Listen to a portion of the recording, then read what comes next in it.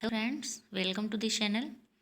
दोस्तों, जैसा कि आप सबको पता है कि पीएनपी की तरफ से एक शासनादेश जारी हुआ है जिसमें बताया गया है कि ये जो हमारी अपर प्राथमिक भर्ती है, यानी कि 6 to 8 लेवल की जो शिक्षकों की भर्ती होती है, उसके बारे में कुछ शासनादेश जारी हुआ है और यह पीएनपी की तरफ से जारी किया गया। उसकी जो जारी डेट है वह 10 फरवरी 2021 को जारी हुआ है।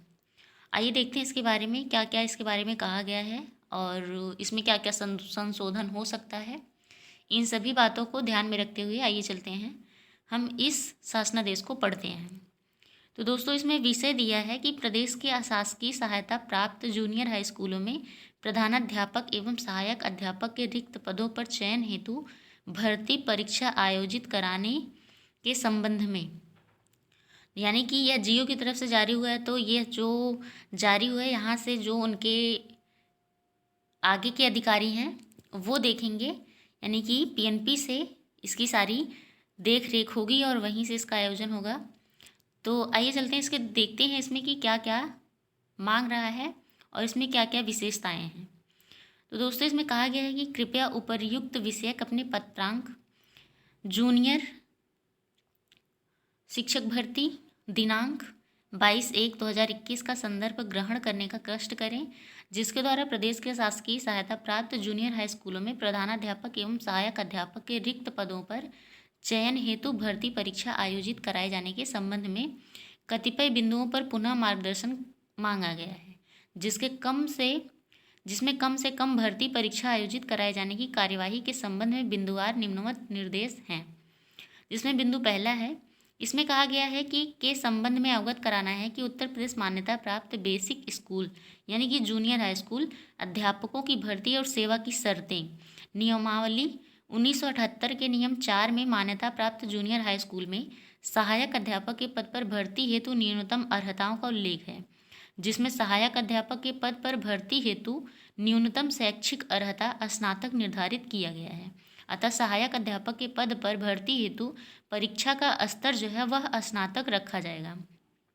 तो इसे आप समझ सकते हैं कि यह स्नातक लेवल यानी कि बीए बीएससी लेवल के भी एग्ज़ाम हैं। तो इसका सिलेबस आप समझ सकते हैं कि यह किस प्रकार से प्रश्न पूछेगा। अगला दिया है बिंदु संख्या 2। इसमें कहा है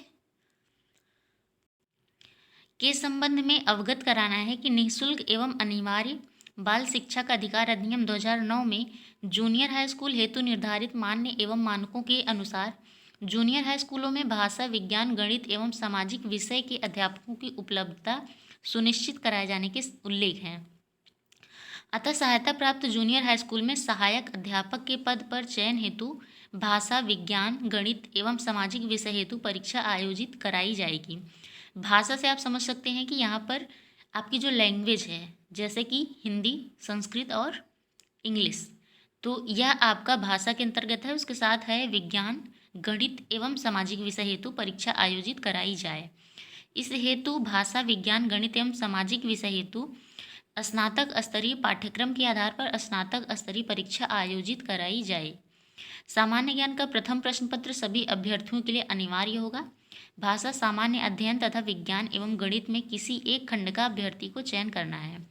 भाषा में संस्कृत हिंदी अंग्रेजी में किसी एक का चयन करना है। प्रथम प्रश्न पत्र में 50 प्रश्न सामान्य ज्ञान के होंगे और दूसरे प्रश्न पत्र में 100 प्रश्न संबंधित विषय से होंगे, यानी कि जो आप सिलेक्ट करेंगे।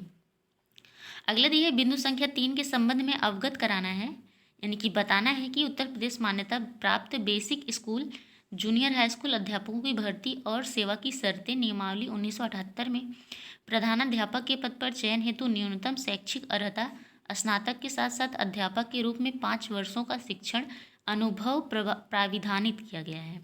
प्रधानाध्यापक के पद पर चयन हेतु न्यूनतम शैक्षिक अर्हता स्नातक के साथ साथ अध्यापक के रूप में 5 वर्षों का शिक्षण अनुभव अनिवार्य है।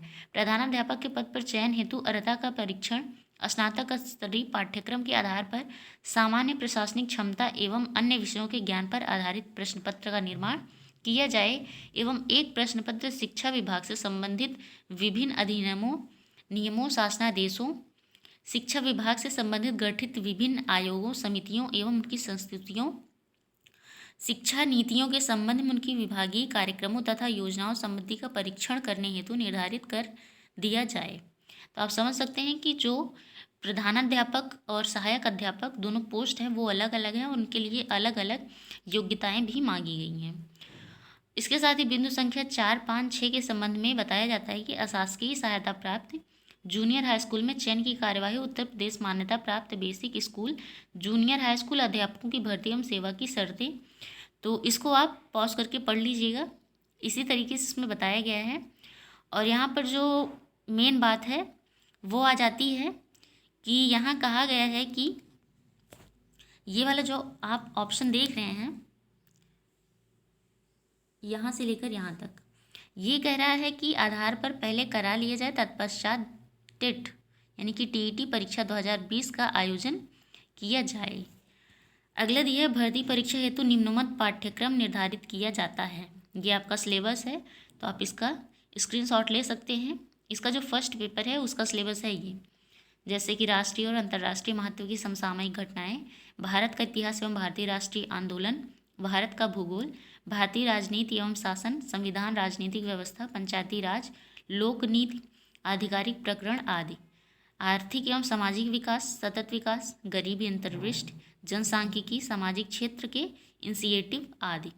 अगला है पर्यावरण एवं पारिस्थितिकी संबंधी सामान्य विषय, जैव विविधता एवं जलवायु परिवर्तन, सामान्य विज्ञान और एनालॉजी, ये आपका रीजनिंग का पार्ट है। Assertion and reason, binary logic, classification, clock and calendars, coded inequalities, coding और डिकोडिंग। तो ये जो सिलेबस है ये फर्स्ट हो सेकंड हो कोई भी एग्ज़ाम हो आपका, इसके लिए यह बहुत ही ज़रूरी है, क्योंकि इसमें आपका 50 नंबर का प्रश्न पूछा जाएगा और ये सभी के लिए ज़रूरी है। अगला ये प्रधानाध्यापक एवं सहायक अध्यापक हेतु पहला पार्ट है, यानी कि जिसने हिंदी लैंग्वेज चूज़ किया है उसके लिए इतना सिलेबस है। इंग्लिश वालों के लिए भी ऐसा ही है, और इसमें ध्यान रखना है कि जो लिटरेचर वाले हैं उन्हीं के लिए यह ज़्यादा फायदेमंद साबित होगा। अगला आपका इंग्लिश का ही है, unseen passage, writing general introduction and their work. Sanskrit में भी ऐसे ही कुछ इसका सिलेबस दिया है लिटरेचर से संबंधित।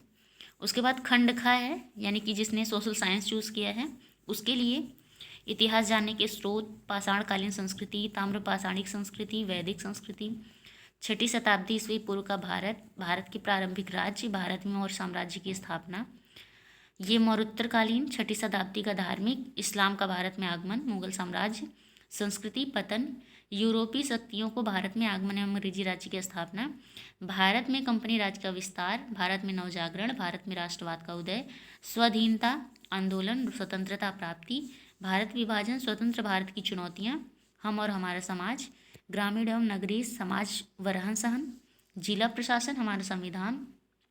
यानी कि जो सोशल साइंस का सिलेबस है उसको आपको बहुत ही ध्यान से और अच्छे से पढ़ना है, इसमें आपका सब कुछ शामिल है।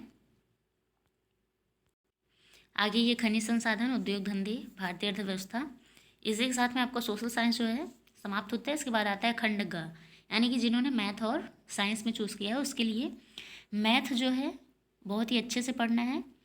और इसके साथ ही इसमें आप देख सकते हैं मैथ में कि सारे सब्जेक्ट हैं, जैसे कि अंक गणित, बीज गणित और रेखा गणित। इन सारी चीज़ों को लेकर के कार्तीय तल, क्षेत्रमिति, मेंसुरेशन, त्रिकोणमिति, सांख्यिकी, पाई चार्ट, धन चार्ट, अनुपात, समांतर रेखाएं, चतुर्भुज, बीज गणित, जोड़ घटाना, पूर्णांक, प्राकृतिक, पूर्ण और परिमेय संख्याएं, वर्गमूल, घनमूल, दो पदी और त्रिपदी बीजगणित की व्यंजकों की अवधारणा। इसी तरीके से साइंस में जो है आपका दैनिक जीवन में विज्ञान, महत्वपूर्ण खोज, महत्व, मानव विज्ञान एवं प्रौद्योगिकी, किशोरावस्था, विकलांगता, सूक्ष्म जीव एवं उनका वर्गीकरण, जंतु की संख्या व कार्य, भोजन, स्वास्थ्य, स्वच्छता। तो दोस्तों ये सिलेबस है, इसके लिए आप बहुत ही अच्छे से ध्यान में रख करके और ये सिलेबस आप डाउनलोड कर लें तो ज़्यादा अच्छा है। इसके साथ ही आप स्क्रीनशॉट भी ले सकते हैं, तो आप पॉज करके स्क्रीनशॉट जरूर लीजिएगा। दोस्तों यहाँ पर जो दिया है अम्ल, क्षार, लवण, ऊष्मा एवं ताप, मानव निर्मित वस्तुएं, प्लास्टिक, कांच, साबुन, ये सब आपके साइंस के पार्ट हैं। और यहाँ जो मेन इम्पॉर्टेंट है वो है आपका शैक्षिक प्रबंधन एवं प्रशासन। यह सिर्फ प्रधानाध्यापक के पद के लिए है, यानी कि सहायक अध्यापक के लिए यह सब्जेक्ट नहीं जोड़ा गया है, लेकिन जो प्रधानाध्यापक की पोस्ट के लिए अप्लाई करेंगे उनमें एक सब्जेक्ट और एक्स्ट्रा जोड़ा गया है, तो उन्हें इस चीज़ का जो है अच्छे से अध्ययन करना है। तो आइए देखते हैं इसके साथ में ही, या आप इसका स्क्रीनशॉट ले लिए होंगे। यह दिया है कि भर्ती परीक्षा आयोजित कराए जाने हेतु यह जो सारणी दी गई है निर्धारित की जाती है। विज्ञापन दिया जाएगा 18/2/21 को। इसकी जो डेट है 22/2/21 से शुरू होती है। अगला है इसकी जो अंतिम तिथि है वो 8/3/21 को है, यानी कि मार्च में।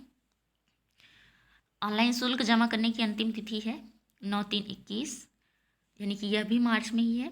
आवेदन का प्रिंट तो आप निकाल ही लेते हैं तुरंत। आगे यह आपका है परीक्षा केंद्रों के निर्धारण हेतु जनपद के आवेदकों की संख्या की सूचना, सचिव, दिनांक 10/3/2021। इसके साथ ही ये सारे के सारे इम्पोर्टेंट कुछ डेट दिए हैं, इनको आप देख लीजिएगा और जो आपको सही लगे, जो आपको करना है वो आप कर लीजिएगा। अगला दिया परीक्षा की तिथि, तो यह 11/4/21 यानी कि 11 तारीख अप्रैल माह 2021 में सहायक अध्यापक पद के लिए 9 से 11, 11:30 बजे तक है, और प्रधानाध्यापक पद के लिए 1 से 3:30 तक है। जबकि दूसरा प्रश्न पत्र है वह 4:30 से 5:30 बजे तक है। ठीक, तो यह प्रधानाध्यापक के लिए दूसरा प्रश्न पत्र, बाकी आप देख लीजिए। परीक्षा की समाप्ति के बाद उत्तर पुस्तिकाओं, ये सब आपका बताया गया है। जो इसकी उत्तरमाला आएगी वह वेबसाइट पर आएगी, कब, तो 16/4/2021 को दोपहर में। अगला ये भी कुछ इंपॉर्टेंट डेट है, आप लोग इसको भी देख लीजिएगा। और यह जो बताया गया है वह बिल्कुल सही है। इसके साथ ही इसमें कुछ चेंजेस भी होने हैं जो आपको 18 तारीख को देखने को मिलेगा। और इसमें क्या देखते हैं कि क्या क्या नई चीज़ें जुड़ती हैं, और आप लोगों के लिए जो भी सही जानकारी होगी आपको प्रोवाइड कराया जाएगा। तो दोस्तों आज के लिए बस इतना ही। Thank you.